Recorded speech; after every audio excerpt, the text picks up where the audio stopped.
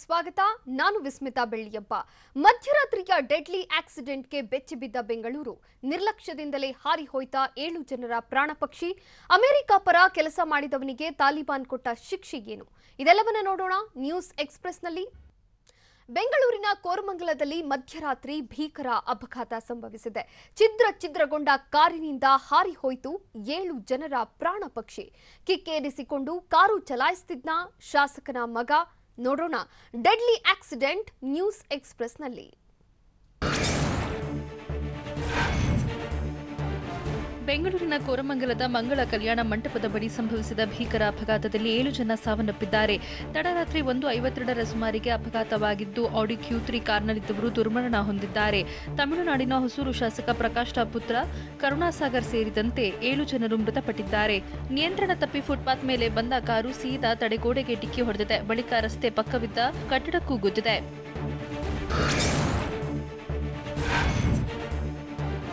ಭೀಕರ ಅಪಘಾತದಲ್ಲಿ ಶಾಸಕರ ಪುತ್ರ ಕರುಣಾಸಾಗರ್ ಸೇರಿದಂತೆ 7 ಜನ ಸಾವನ್ನಪ್ಪಿದ್ದಾರೆ. ಕರುಣಾಸಾಗರ್ರನ್ನ ಮದುವೆ ಆಗಬೇಕಿದ್ದ ಬೆಂಗಳೂರಿನ ಮುರುಗೇಶ್ ಪಾಳ್ಯದ ಬಿಂದು, ಮಹಾರಾಷ್ಟ್ರ ಮೂಲದ ಇಶಿತಾ ಜಿಸ್ಪಾಸ್, ಕೇರಳ ಮೂಲದ ಧನುಷಾ, ಅಕ್ಷಯ್ ಗೋಯಲ್, ಹರಿಯಾಣದ ಉತ್ಸವ ಮತ್ತು ಹುಬ್ಬಳ್ಳಿಯ ರೋಹಿತ್ ಆಕ್ಸಿಡೆಂಟ್ನಲ್ಲಿ ಕೊನೆಯುಸಿರೆಳೆದಿದ್ದಾರೆ.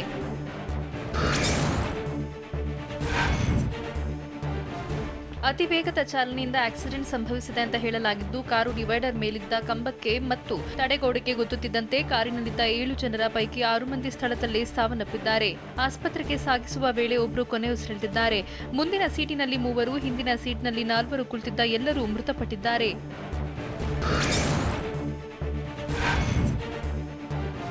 ಆಕ್ಸಿಡೆಂಟ್ ಆದ ತೀವ್ರತೆಗೆ ಆಡಿ Q3 ಕಾರು ಸಂಪೂರ್ಣ ನಜ್ಜುಗುಜ್ಜಾಗಿದೆ. ಅಲ್ಲದೆ ಕಾರಿನ ಒಳಗಿನ ತುಂಬೆಲ್ಲ ಬರೀ ರಕ್ತದ ಕಲೆಯೇ ಗೋಚರಿಸುತ್ತಿದ್ವು. ಅಪಘಾತದ ರಭಸಕ್ಕೆ KA03 MY6666 ನಂಬರ್ನ ಕಾರು ಪೂರ್ತಿ ಮುದ್ದೆಯಂತಾಗಿದ್ದು, ಹಿಂಬದಿಯ 2 ಟೈರ್ಗಳು ಪೀಸ್ ಆಗಿವೆ. ಕಾರಿನ ಬ್ಯಾನೆಟ್ ಕೂಡ ಸಂಪೂರ್ಣ ಹಾಳಾಗಿದ್ದು, ಅಪಘಾತದ ಭೀಕರತೆಗೆ ಸಾಕ್ಷಿಯಾಗಿತ್ತು.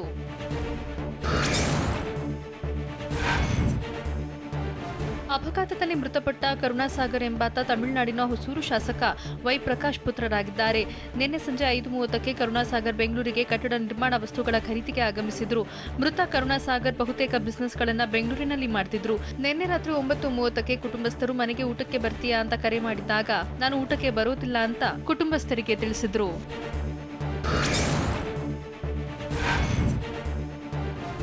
ಅಪಘಾತದಲ್ಲಿ ಮೃತಪಟ್ಟ 7 ಜನ ಕೂಡ ಕಾರಿನ ಸೀಟ್ ಬೆಲ್ಟ್ ಧರಿಸಿರಲಿಲ್ಲ ಅಂತ ಹೇಳಲಾಗಿದೆ. ಒಂದು ವೇಳೆ ಸೀಟ್ ಬೆಲ್ಟ್ ಹಾಕಿದ್ರೆ ಏರ್ ಬ್ಯಾಗ್ ಓಪನ್ ಆಗಿ ಕೆಲವರಾದ್ರೂ ಬದುಕಿ ಉಳಿಯುವ ಚಾನ್ಸ್ ಇತ್ತು. ಆದರೆ ಸೀಟ್ ಬೆಲ್ಟ್ ಧರಿಸದ ಕಾರಣದಿಂದ ಜೀವರಕ್ಷಕ ಏರ್ ಬ್ಯಾಗ್ ಓಪನ್ ಆಗದೆ ಕಾರ್ನಲ್ಲಿದ್ದ ಎಲ್ಲರೂ ಉಸಿರು ಚೆಲ್ಲಿದ್ದಾರೆ.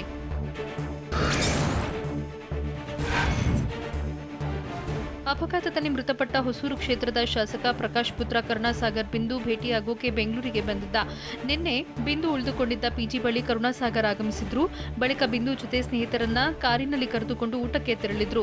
ಆ ಬಳಿಕ ಊಟ ಮುಗಿಸಿ ವಾಪಸ್ ಬರುವಾಗ ಮಧ್ಯರಾತ್ರಿ 1:30ರಿಂದ 2 ಗಂಟೆ ವೇಳೆ ಕೋರಮಂಗಲ ಮಂಗಳ ಕಲ್ಯಾಣ ಮಂಟಪದ ಬಳಿ ಅಪಘಾತವಾಗಿದೆ.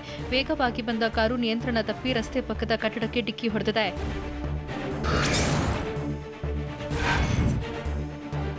ಅಪಘಾತದಲ್ಲಿ ತಮಿಳುನಾಡಿನ ಹೊಸೂರು ಶಾಸಕ ಪುತ್ರ ಸೇರಿದಂತೆ 7 ಜನ ಸಾವು ಪ್ರಕರಣ ಸಂಬಂಧ ಶಾಸಕರ ಪುತ್ರ ಕರುಣಾಸಾಗರ್ಗೂ ಬೆಂಗಳೂರಿಗೂ ಭಾರಿ ನಂಟಿರುವುದು ಬೆಳಕಿಗೆ ಬಂದಿದೆ. ಕರುಣಾಸಾಗರ್ ಪ್ರೀತಿಸಿದ ಬಿಂದು ಬೆಂಗಳೂರಿನಲ್ಲಿ ಇದ್ದಿದ್ದರಿಂದ ಕರುಣಾಸಾಗರ್ ಹೆಚ್ಚಾಗಿ ಬೆಂಗಳೂರಿನಲ್ಲಿ ಇರ್ತಿದ್ರು.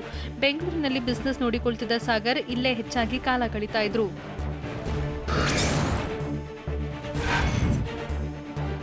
ಭೀಕರ ಅಪಘಾತ ಸಂಬಂಧ ಬೆಂಗಳೂರು ಸಂಚಾರ ಪೊಲೀಸರು ಮಾಧ್ಯಮ ಪ್ರಕಟಣೆ ಹೊರಡಿಸಿದ್ದು, ಚಾಲಕನ ಅಜಾಗರೂಕತೆ, ಅತಿವೇಗದಿಂದ ಕಾರು ಅಪಘಾತ ಸಂಭವಿಸಿದೆ ಅಂತ ಹೇಳಿದ್ದಾರೆ. ರಾತ್ರಿ 2 ಗಂಟೆ ಸುಮಾರಿಗೆ ಆಡಿ ಕಾರು ಅಪಘಾತಕ್ಕೀಡಾಗಿದ್ದು, ಕಾರಿನಲ್ಲಿ 3 ಸ್ತ್ರೀಯರು 4 ಪುರುಷರು ಪ್ರಯಾಣಿಸುತ್ತಿದ್ರು.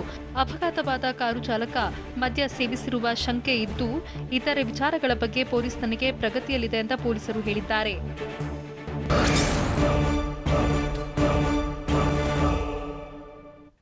ಬೆಂಗಳೂರಿನಲ್ಲಿ ಆಡಿ ಕಾರು ಅಪಘಾತಕ್ಕೂ ಮುನ್ನ ನಡೆದಿದ್ದೇನು? ಪೊಲೀಸರು ವಾರ್ನ್ ಮಾಡಿದ್ರೂ ಕೇರ್ ಮಾಡಿರಲಿಲ್ವಾ ಕರುಣಾಸಾಗರ್? ಬಿಂದು PG ಬಳಿ ಪೊಲೀಸರು ಸಂಗ್ರಹಿಸಿದ ಮಾಹಿತಿ ಏನು? ನೋಡೋಣ ಭೀಕರ ಅಪಘಾತ ನ್ಯೂಸ್ ಎಕ್ಸ್‌ಪ್ರೆಸ್‌ನಲ್ಲಿ.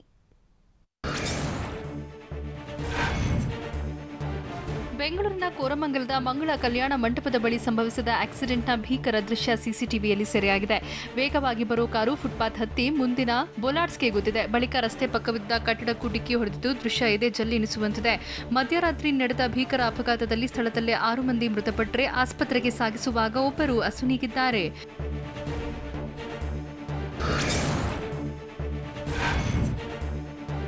ಇನ್ನು ಆಡಿ Q3 ಕಾರಿನ ಅಪಘಾತದ ಭಯಾನಕತೆಯನ್ನ ಪ್ರತ್ಯಕ್ಷದರ್ಶಿಗಳು ತೆರೆದಿಟ್ಟಿದ್ದಾರೆ. ರಾತ್ರಿ 1:30ರಿಂದ 2 ಗಂಟೆ ವೇಳೆ ಜೋರು ಶಬ್ದ ಬಂತು. ಟ್ರಾನ್ಸ್ಫಾರ್ಮರ್ ಬ್ಲಾಸ್ಟ್ ಆಗಿದೆ ಅಂತ ಅಂದುಕೊಂಡ್ವಿ. ಹೊರಗೆ ಬಂದು ನೋಡಿದಾಗ ಎಲ್ಲ ಕಾರಿನೊಳಗೆ ಸಿಲುಕಿಕೊಂಡಿದ್ರು. ಕೆಲವರ ಕೈಕಾಲು ಕಟ್ಟಾಗಿತ್ತು. ಒಬ್ಬ ಮಾತ್ರ ಉಸಿರಾಡ್ತಿದ್ದ ಅಂತ ಅಪಘಾತದ ಭೀಕರತೆ ಬಿಚ್ಚಿಟ್ಟಿದ್ದಾರೆ. ಒಬ್ಬ ಮಾತ್ರ ರಕ್ತ ವಾಂತಿ ಮಾಡ್ತಿದ್ದ. ತಕ್ಷಣ ಆತನನ್ನ ಆಟೋದಲ್ಲಿ ಆಸ್ಪತ್ರೆಗೆ ಸಾಗಿಸಿದ್ವಿ ಅಂತ ಕೂಡ ತಿಳಿಸಿದ್ದಾರೆ.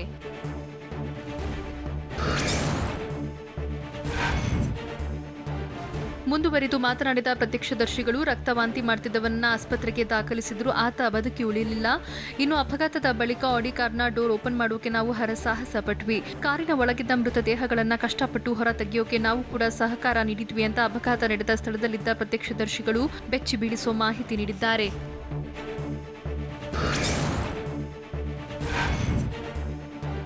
ಕೋರಮಂಗಲ ಕಾರು ಅಪಘಾತ ಪ್ರಕರಣ ಸಂಬಂಧ ಬಿಂದು ವಾಸವಿದ್ದ ಪಿಜಿಯನ್ನ ಪೊಲೀಸರು ಪರಿಶೀಲನೆ ನಡೆಸಿದ್ದಾರೆ. ಆಗ್ನೇಯ ಸಂಚಾರ ವಿಭಾಗ ಎಸಿಪಿ ಶಿವಶಂಕರ್ ಪಿಜಿಗೆ ಭೇಟಿ ನೀಡಿ ಮಾಲೀಕರಿಂದ ಮಾಹಿತಿ ಸಂಗ್ರಹಿಸಿದ್ರು. ಎಷ್ಟು ವರ್ಷದಿಂದ ನೆಲೆಸಿದ್ರು, ನಿನ್ನೆ ಎಷ್ಟೊತ್ತಿಗೆ ಪಿಜಿಯಿಂದ ಹೊರಟಿದ್ರು, ಯಾರನ್ನ ಭೇಟಿ ಮಾಡ್ತಿದ್ರು ಎಂಬ ಬಗ್ಗೆ ಮಾಹಿತಿ ಕಲೆ ಹಾಕಿದ್ರು.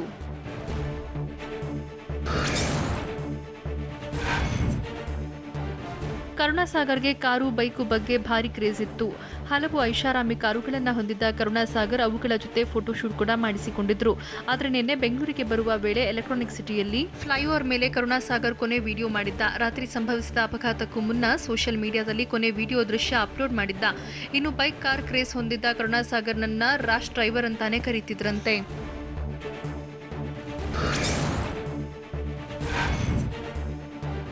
ರಾತ್ರಿ ಕರುಣಾಸಾಗರ್ ಜಾಲಿ ರೈಡ್ ವೇಳೆ ಪೊಲೀಸರು ಎಚ್ಚರಿಕೆ ನೀಡಿದ್ರು. ಪೊಲೀಸರ ವಾರ್ನಿಂಗ್ಗೂ ಕೇರ್ ಮಾಡದೆ ಜಾಲಿ ರೈಡ್ ಮಾಡಿದ ಕರುಣಾಸಾಗರ್ ಮತ್ತವರ ಸ್ನೇಹಿತರು ದುರಂತ ಅಂತ್ಯ ಕಂಡಿದ್ದಾರೆ. ರಾತ್ರಿ ಸುಮಾರು 11:50ಕ್ಕೆ ಆಡುಗೋಡಿಯಲ್ಲಿ ತಪಾಸಣೆ ಮಾಡುವ ವೇಳೆ ಪೊಲೀಸರು ಕರುಣಾಸಾಗರ್ಗೆ ವಾರ್ನ್ ಮಾಡಿದ್ರು. ತಪಾಸಣೆ ವೇಳೆಯಲ್ಲಿ ನಾನು ಶಾಸಕರ ಪುತ್ರ ಅಂತ ಕರುಣಾಸಾಗರ್ ತಿಳಿಸಿದ್ರು. ನೈಟ್ ಕರ್ಫ್ಯೂ ಇದೆ, ಮನೆಗೆ ಹೋಗಿ ಅಂತ ಪೊಲೀಸರು ತಿಳಿಸಿದ್ರು. ಈ ವೇಳೆ ಕ್ಷಮೆ ಕೇಳಿ ಸಾರಿ ಸರ್ ಅಂತ ಹೇಳಿ ಕರುಣಾಸಾಗರ್ ಹೊರಟಿದ್ರು.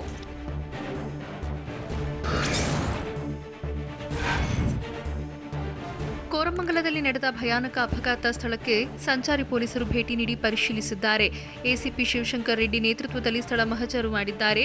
ಇದೇ ವೇಳೆ ಪ್ರತ್ಯಕ್ಷದರ್ಶಿಗಳಿಂದಲೂ ಮಾಹಿತಿ ಪಡೆದಿದ್ದಾರೆ. ಪೊಲೀಸರ ತಂಡ ಅಪಘಾತಕ್ಕೆ ಕಾರಣ ಹುಡುಕ್ತಿದ್ದು ಆಡುಗೋಡಿ ಸಂಚಾರಿ ಠಾಣೆಯಲ್ಲಿ ಭೀಕರ ಅಪಘಾತದ ಬಗ್ಗೆ ಪ್ರಕರಣ ದಾಖಲಾಗಿದೆ.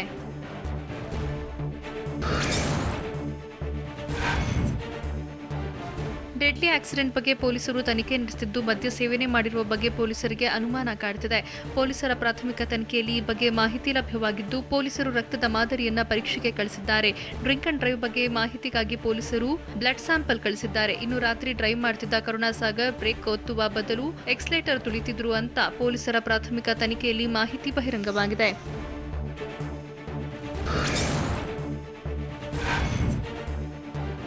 ಕೋರಮಂಗಲದಲ್ಲಿ ಸಂಭವಿಸಿದ ಅಪಘಾತ ಆಘಾತಕಾರಿಯಾದದ್ದು ಅಂತ ಬೆಂಗಳೂರಿನಲ್ಲಿ ಮುಖ್ಯಮಂತ್ರಿ ಬಸವರಾಜ ಬೊಮ್ಮಾಯಿ ಹೇಳಿದ್ದಾರೆ. ಕಾರು ಅಪಘಾತ ಪ್ರಕರಣವನ್ನು ಪೊಲೀಸರು ತನಿಖೆ ಮಾಡುತ್ತಿದ್ದು ಯಾವ ಕಾರಣಕ್ಕೆ ಅಪಘಾತವಾಯಿತು ಅಂತ ತನಿಖೆ ನಡೆಸುತ್ತಿದ್ದಾರೆ. ರಾತ್ರಿ ವೇಳೆ ಎಚ್ಚರಿಕೆಯಿಂದ ವಾಹನಗಳನ್ನು ಚಾಲನೆ ಮಾಡಬೇಕು, ಸುರಕ್ಷತಾ ಕ್ರಮಗಳನ್ನು ಪಾಲಿಸಬೇಕು ಅಂತ ಸಿಎಂ ಬೊಮ್ಮಾಯಿ ತಿಳಿಸಿದರು.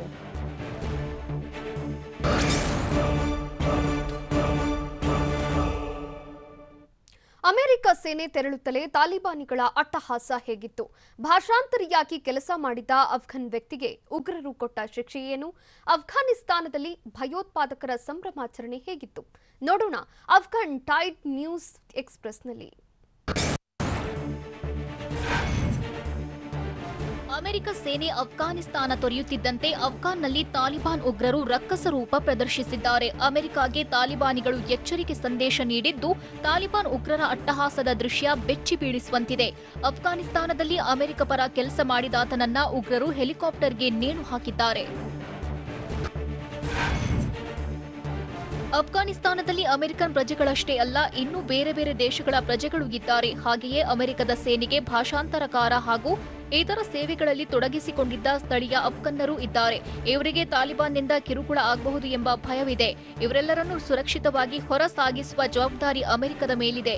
ಈಗ ತನ್ನ ಒಬ್ಬನೂ ಸೈನಿಕ ಅಲ್ಲಿ ಇಲ್ಲದಿರುವುದರಿಂದ ಅಮೆರಿಕ ಪ್ರಜೆಗಳಿಗೆ ಆತಂಕ ಶುರುವಾಗಿದೆ. ಈಗಾಗಲೇ ಒಬ್ಬ ಭಾಷಾಂತರಿಯನ್ನ ತಾಲಿಬಾನ್ ಹೆಲಿಕಾಪ್ಟರ್ಗೆ ನೇಣು ಹಾಕಿ ಕೊಂದಿದೆ.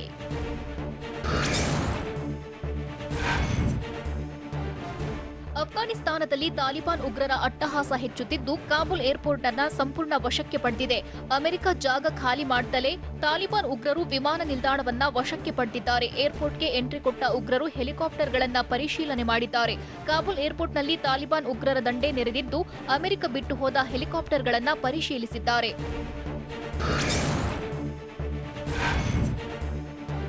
ಅಮೆರಿಕ ರಕ್ಷಣಾ ಇಲಾಖೆ ತನ್ನ ಸೈನಿಕರು ಅಫ್ಘಾನಿಸ್ತಾನದಿಂದ ವಾಪಸ್ ಆಗ್ತಿರೋ ಚಿತ್ರವೊಂದನ್ನ ಪ್ರಕಟಿಸಿದೆ. ಅಮೆರಿಕ ವಾಯುಪಡೆಯ ಸೇನಾಧಿಕಾರಿ ಮೇಜರ್ ಜನರಲ್ ಕ್ರಿಸ್ ಡೊನಾಹ್ಯೂ ಅವರು ಅಫ್ಘಾನಿಸ್ತಾನದ ನೆಲ ಬಿಟ್ಟಿರುವ ಕೊನೆಯ ಅಮೆರಿಕನ್ ಸೈನಿಕರಾಗಿದ್ದಾರೆ. ಇದರೊಂದಿಗೆ ಅಫ್ಘಾನಿಸ್ತಾನದಲ್ಲಿ ಅಮೆರಿಕದ ಕಾರ್ಯಾಚರಣೆ ಮುಗಿದಿದೆ ಎಂದು ಟ್ವೀಟ್ ಮಾಡಿದೆ.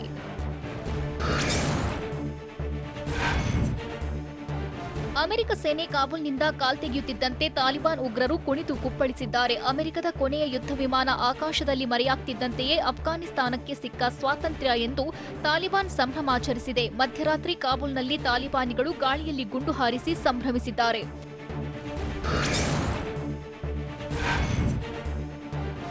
ಅಫ್ಘಾನಿಸ್ತಾನದಲ್ಲಿ ಅಮೆರಿಕ ತನ್ನ ಸೇನೆ ಹಿಂಪಡೆದ ರೀತಿಗೆ ಅಮೆರಿಕ ಜನತೆ ವಿರೋಧ ವ್ಯಕ್ತಪಡಿಸಿದ್ದಾರೆ.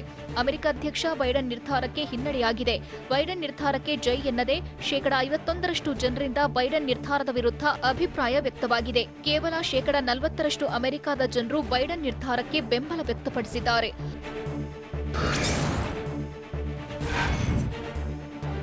ಅಮೆರಿಕ ಸೇನೆ ಅಫ್ಘಾನಿಸ್ತಾನ ಬಿಟ್ಟು ತೆರಳುತ್ತಿದ್ದಂತೆಯೇ ಪಂಜೀರ್ ಪ್ರಾಂತ್ಯದ ಮೇಲೆ ತಾಲಿಬಾನಿಗಳು ದಾಳಿ ಮಾಡಿದ್ದಾರೆ. ಬೇರೆ ಬೇರೆ ದಿಕ್ಕುಗಳಿಂದ ಪಂಜೀರ್ ಪ್ರಾಂತ್ಯದ ಮೇಲೆ ತಾಲಿಬಾನಿಗಳು ದಾಳಿ ಮಾಡಿದ್ದಾರೆ. ಆದರೆ ತಾಲಿಬಾನ್ ದಾಳಿಯನ್ನ ನಾರ್ದರ್ನ್ ಅಲಯನ್ಸ್ ಹಿಮ್ಮೆಟ್ಟಿಸಿದೆ. 2 ಕಡೆ ಘರ್ಷಣೆ ನಡೆದಿದೆ ಎಂದು ಪಂಜೀರ್ ಪ್ರಾಂತ್ಯದ ಅಹಮದ್ ಮಸೂದ್ ಆಪ್ತ ಮೂಲಗಳು ಮಾಹಿತಿ ನೀಡಿದೆ.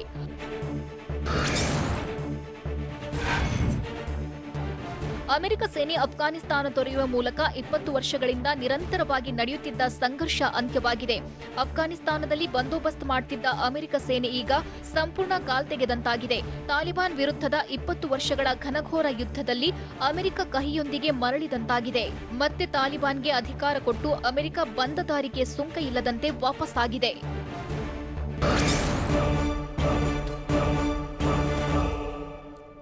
ಗೋವಿಂದಪುರ ಡ್ರಗ್ಸ್ ಕೇಸ್ಗೆ ಸಿಕ್ಕ ಟ್ವಿಸ್ಟ್ ಏನು? ಫ್ಯೂಸ್ ಕಿತ್ತಾಕಿದ್ದೇನೆ ಎಂದಿರೋ ಎಚ್ಡಿಕೆಗೆ ಸಿದ್ದರಾಮಯ್ಯ ತಿರುಗೇಟು ನೀಡಿದ್ದೇಕೆ? ಪ್ರಕೃತಿ ಚಿಕಿತ್ಸೆ ಪಡೆದು ಬಂದ ಸಿದ್ದರಾಮಯ್ಯರ ಕಾಲೆಳೆದಿದ್ದೇಗೆ ರಾಜ್ಯ ಬಿಜೆಪಿ? ನೋಡೋಣ ಬೆಂಗಳೂರು ನ್ಯೂಸ್ ಎಕ್ಸ್‌ಪ್ರೆಸ್‌ನಲ್ಲಿ. ಗೋವಿಂದಪುರ ಠಾಣಾ ವ್ಯಾಪ್ತಿಯಲ್ಲಿನ ಡ್ರಗ್ಸ್ ಕೇಸ್ ಸಂಬಂಧ ಸೋನಿಯಾ ಅಗರ್ವಾಲ್ ಹಾಗೂ ದಿಲೀಪ್ಗೆ ಸಂಕಷ್ಟ ಎದುರಾಗಿದೆ. ಇಬ್ಬರು ಡ್ರಗ್ಸ್ ಸೇವಿಸಿರುವುದು ಮೆಡಿಕಲ್ ಟೆಸ್ಟ್ನಲ್ಲಿ ದೃಢವಾಗಿದೆ. ನಿನ್ನೆ ಇಬ್ಬರನ್ನ ಖಾಸಗಿ ಹೋಟೆಲ್ನಲ್ಲಿ ವಶಕ್ಕೆ ಪಡೆದಿದ್ದ ಪೊಲೀಸರು ವಿಚಾರಣೆ ಬಳಿಕ ವೈದ್ಯಕೀಯ ಪರೀಕ್ಷೆಗೆ ಒಳಪಡಿಸಿದ್ರು. ಇಬ್ಬರ ವೈದ್ಯಕೀಯ ಪರೀಕ್ಷೆಯ ವರದಿ ಪೊಲೀಸರ ಕೈ ಸೇರಿದ್ದು ಇಬ್ಬರು ಡ್ರಗ್ಸ್ ಸೇವಿಸಿರುವುದು ದೃಢಪಟ್ಟಿದೆ.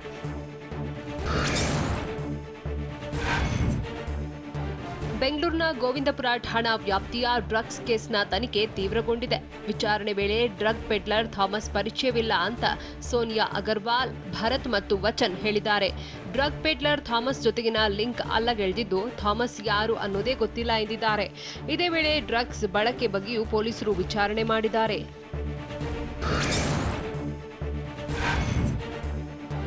ಪೊಲೀಸರ ವಿಚಾರಣೆ ವೇಳೆ ಕಳೆದ 2 ವರ್ಷಗಳ ಹಿಂದೆ ಮಾದಕ ವಸ್ತು ಬಳಸಿದ್ದೆ, ಆ ಬಳಿಕ ಯಾವುದೇ ಸೇವಿಸಿಲ್ಲ ಅಂತ ವಚನ್ ಹೇಳಿದ್ದಾನೆ. ಡಿಜೆ ಆಗಿರೋ ವಚನ್ ಡಿಜೆ ವೇಳೆ ಪಾರ್ಟಿ ಮಾಡ್ತಿದ್ದ.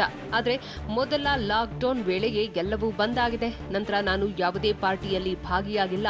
ಥಾಮಸ್ ಫೋಟೋ ನೋಡಿ ನನಗೆ ಈತ ಯಾರು ಅನ್ನೋದೇ ಗೊತ್ತಿಲ್ಲ ಅಂತ ವಚನ್ ಹೇಳಿದ್ದಾನೆ.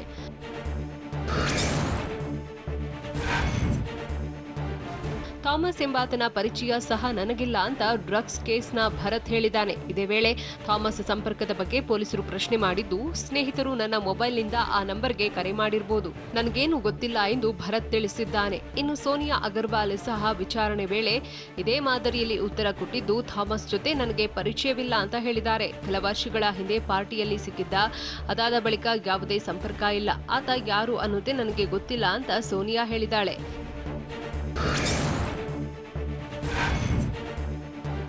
ಡ್ರಗ್ ಪೆಡ್ಲರ್ ಥಾಮಸ್ ಪರಿಚಯವಿಲ್ಲ ಅಂತ ಸೋನಿಯಾ ಅಗರ್ವಾಲ್, ಭರತ್ ಮತ್ತು ವಚನ್ ಹೇಳಿದ್ದಾರೆ. ಆದರೆ ವಿಚಾರಣೆ ವೇಳೆ ಥಾಮಸ್ ಹಲವು ಸ್ಫೋಟಕ ಮಾಹಿತಿ ಬಿಚ್ಚಿಟ್ಟಿದ್ದು ಹಲವರ ಜೊತೆ ನಂಟು ಇದ್ದಿದ್ದಾಗಿ ಒಪ್ಪಿಕೊಂಡಿದ್ದ. ಆಗಸ್ಟ್ 16ರಂದು ಅರೆಸ್ಟ್ ಆದ ಥಾಮಸ್ ಮೂವರಿಗೂ ಪ್ರತ್ಯೇಕವಾಗಿ ಡ್ರಗ್ಸ್ ನೀಡಿದ್ದಾಗಿ ಹೇಳಿದ್ದ. ಥಾಮಸ್ ಜೊತೆ ಪ್ರತ್ಯೇಕವಾಗಿ ಸಂಪರ್ಕ ಹೊಂದಿದ್ದ ಮೂವರಿಗೆ ಪರಸ್ಪರ ಪರಿಚಯವಿಲ್ಲ. ಹೀಗಾಗಿ ಕೇಸ್ ಸಂಬಂಧ ಒಬ್ಬರ ನಂತರ ಒಬ್ಬರಂತೆ ವಿಚಾರಣೆ ಮಾಡುತ್ತಿದ್ದು ಪೆಡ್ಲರ್ ಥಾಮಸ್ ಜೊತೆಗಿನ ನಂಟಿನ ವಿಚಾರವಾಗಿ ಮಾಹಿತಿ ಕಲೆ ಹಾಕುತ್ತಿದ್ದಾರೆ. ಕಾಂಗ್ರೆಸ್ ಪಕ್ಷದ ಫ್ಯೂಸ್ ಕಿತ್ತು ಹಾಕಿದ್ದೇನೆ ಎಂಬ ಮಾಜಿ ಮುಖ್ಯಮಂತ್ರಿ ಎಚ್.ಡಿ. ಕುಮಾರಸ್ವಾಮಿ ಹೇಳಿಕೆಗೆ ವಿಪಕ್ಷ ನಾಯಕ ಸಿದ್ದರಾಮಯ್ಯ ತಿರುಗೇಟು ನೀಡಿದ್ದಾರೆ. ಯಾರು ಯಾರ ಫ್ಯೂಸ್ ಕಿತ್ತಾಕಿದ್ದಾರೆ ಎಂದು ಮುಂದಿನ ವಿಧಾನಸಭಾ ಚುನಾವಣೆಯಲ್ಲಿ ಗೊತ್ತಾಗುತ್ತೆ. ಜನರು ಯಾರ ಫ್ಯೂಸ್ ಕೇಳುತ್ತಾರೆಂದು ಗೊತ್ತಾಗುತ್ತದೆ ಅಂತ ಸಿದ್ದರಾಮಯ್ಯ ಹೇಳಿದ್ದಾರೆ. ಇನ್ನು ಕೆಎಸ್ ಈಶ್ವರಪ್ಪ ಆರೋಪಗಳ ಬಗ್ಗೆ ನಾನು ಮಾತಾಡಲ್ಲ ಎಂದ ಸಿದ್ದರಾಮಯ್ಯ ಅವನ ನಾಲಿಗೆಗೂ ಬ್ರೈನ್ಗೂ ಲಿಂಕೇ ಇಲ್ಲವೆಂದು ವ್ಯಂಗ್ಯವಾಡಿದ್ರು. ಜಿಂದಾಲ್ ಪ್ರಕೃತಿ ಚಿಕಿತ್ಸಾ ಕೇಂದ್ರದಿಂದ ಸಿದ್ದರಾಮಯ್ಯ ವಾಪಸ್ ಆಗ್ತಿದ್ದಂತೆ ರಾಜ್ಯ ಬಿಜೆಪಿ ಟಾಂಗ್ ಕೊಟ್ಟಿದೆ. ಕಳೆದ ಬಾರಿ ಪ್ರಕೃತಿ ಚಿಕಿತ್ಸೆಗೆ ಹೋಗಿದ್ದಾಗಿ ಮೈತ್ರಿ ಸರ್ಕಾರ ಪತನವಾಗುವುದಕ್ಕೆ ಮುಹೂರ್ತ ಇಟ್ಟಿದ್ರೆ ಈಗ ಸದ್ದೆ ಮಾಡದೆ ರಹಸ್ಯ ಕಾರ್ಯಾಚರಣೆ ಮೂಲಕ ಭ್ರಷ್ಟಾಧ್ಯಕ್ಷರಿಗೆ ಖೆಡ್ಡ ತಯಾರಾಗಿದೆಯಾ ಎಂದು ಟ್ವೀಟ್ ಮೂಲಕ ಪ್ರಶ್ನೆ ಮಾಡಿದೆ.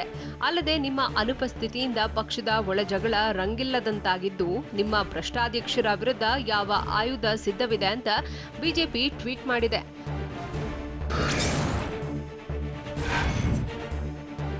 ರಾಜಕಾರಣಿಗಳು ಅಧಿಕಾರಿಗಳ ಫೋನ್ ಕದ್ದಾಲಿಕೆ ಪ್ರಕರಣ ಸಂಬಂಧ ಸಿಬಿಐ ವಿಶೇಷ ಕೋರ್ಟ್ಗೆ ಸಿಬಿಐ ಬಿ ರಿಪೋರ್ಟ್ ಸಲ್ಲಿಸಿದೆ. ಕೇಸ್ ಮರು ತನಿಖೆ ನಡೆಸುವಂತೆ ಭಾಸ್ಕರ್ ರಾವ್ ಪ್ರೊಟೆಸ್ಟ್ ಅಪ್ಲಿಕೇಶನ್ ಹಾಕಿದ್ರೂ ಸಹ ಸಿಬಿಐ ಬಿ ರಿಪೋರ್ಟ್ ಸಲ್ಲಿಕೆ ಮಾಡಿದೆ.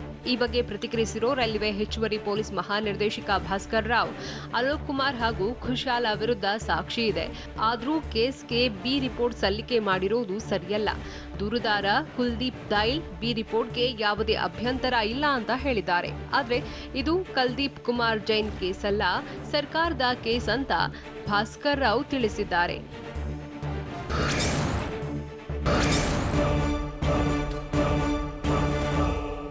ಸಚಿವ ಸ್ಥಾನಕ್ಕಾಗಿ ಶಾಸಕ ಯತ್ನಾಳ್ ಮತ್ತೆ ಟಾಂಗ್ ಕೊಟ್ಟಿದ್ದು ಹೇಗೆ? ತಮಿಳುನಾಡಿಗೆ ಎಷ್ಟು ಟಿಎಂಸಿ ಕಾವೇರಿ ನೀರು ಬಿಡಲು ಪ್ರಾಧಿಕಾರ ತಿಳಿಸಿದೆ? ರಾಜ್ಯ ಸರ್ಕಾರಕ್ಕೆ ಬಸವಜಯ ಮೃತ್ಯುಂಜಯ ಸ್ವಾಮೀಜಿ ಎಚ್ಚರಿಕೆ ನೀಡಿದ್ದೇನು? ನೋಡೋಣ ಸಮಗ್ರ ನ್ಯೂಸ್ ಎಕ್ಸ್‌ಪ್ರೆಸ್‌ನಲ್ಲಿ. 34 ವಿದ್ಯಾರ್ಥಿಗಳಿಗೆ ಕೊರೋನಾ ದೃಢಪಟ್ಟಿರೋ ನೂರ್ನೀಸ್ ನರ್ಸಿಂಗ್ ಕಾಲೇಜ್ಗೆ ಭೇಟಿ ಕೊಟ್ಟು ಪರಿಶೀಲನೆ ನಡೆಸ್ತೇನೆ ಅಂತ ಆರೋಗ್ಯ ಸಚಿವ ಹೇಳಿದ್ದಾರೆ. ಚಿಕ್ಕಬಳ್ಳಾಪುರ ತಾಲೂಕಿನ ಕುಪ್ಪಹಳ್ಳಿಯಲ್ಲಿ ಮಾತನಾಡಿದ ಸಚಿವರು, ಸರ್ಕಾರದ ಆದೇಶ ಉಲ್ಲಂಘಿಸಿ ಕೇರಳದಿಂದ ವಿದ್ಯಾರ್ಥಿಗಳು ಕರ್ನಾಟಕಕ್ಕೆ ಹೇಗೆ ಬಂದ್ರು ಅಂತ ಪ್ರಶ್ನಿಸಿದ್ರು. ನಾಳೆ ನೂರ್ನೀಸ್ ನರ್ಸಿಂಗ್ ಕಾಲೇಜಿಗೆ ಭೇಟಿ ಕೊಟ್ಟು ಚೆಕ್ ಮಾಡ್ತೇನೆ, ತಪ್ಪಿತಸ್ಥರ ವಿರುದ್ಧ ಕಠಿಣ ಕ್ರಮ ಕೈಗೊಳ್ತೇವೆ ಅಂತ ಆರೋಗ್ಯ ಸಚಿವ ಡಾಕ್ಟರ್ ಕೆ ಸುಧಾಕರ್ ತಿಳಿಸಿದ್ರು.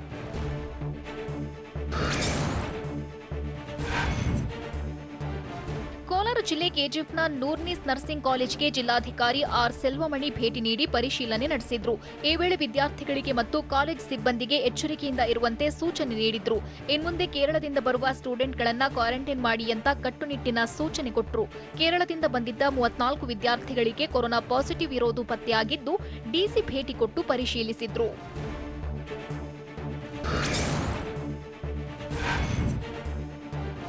ಹಾಸನದಲ್ಲಿ ಪಂಚಮಸಾಲಿ ಪೀಠದ ಬಸವಜಯ ಮೃತ್ಯುಂಜಯ ಸ್ವಾಮೀಜಿ ಸರ್ಕಾರಕ್ಕೆ ಎಚ್ಚರಿಕೆ ಕೊಟ್ಟಿದ್ದಾರೆ. 2A ಮೀಸಲಾತಿ ವಿಚಾರಕ್ಕೆ ಸಂಬಂಧಪಟ್ಟಂತೆ ಮಾತನಾಡಿದ ಅವರು, ಅಕ್ಟೋಬರ್ 1ರೊಳಗೆ ಬೇಡಿಕೆ ಈಡೇರಿಸದಿದ್ರೆ ಹೋರಾಟ ತೀವ್ರಗೊಳಿಸುತ್ತೇವೆ ಅಂತ ಹೇಳಿದ್ದಾರೆ. ಸರ್ಕಾರ ಸೆಪ್ಟೆಂಬರ್ 15ರೊಳಗೆ ಬೇಡಿಕೆ ಈಡೇರಿಸುವ ಭರವಸೆ ನೀಡಿತ್ತು. ಹೀಗಾಗಿ ಸರ್ಕಾರ ಕೊಟ್ಟ ಮಾತು ನೆನಪಿಸಲು ಅಭಿಯಾನ ನಡೆದಿದೆ. ಅಕ್ಟೋಬರ್ 1ಕ್ಕೆ ಅಭಿಯಾನ ಮುಗಿಯಲಿದ್ದು, ಅಷ್ಟರೊಳಗೆ ಬೇಡಿಕೆ ಈಡೇರದಿದ್ರೆ ಹೋರಾಟ ಶುರು ಮಾಡ್ತೇವೆ ಅಂತ ಸ್ವಾಮೀಜಿ ತಿಳಿಸಿದ್ದಾರೆ.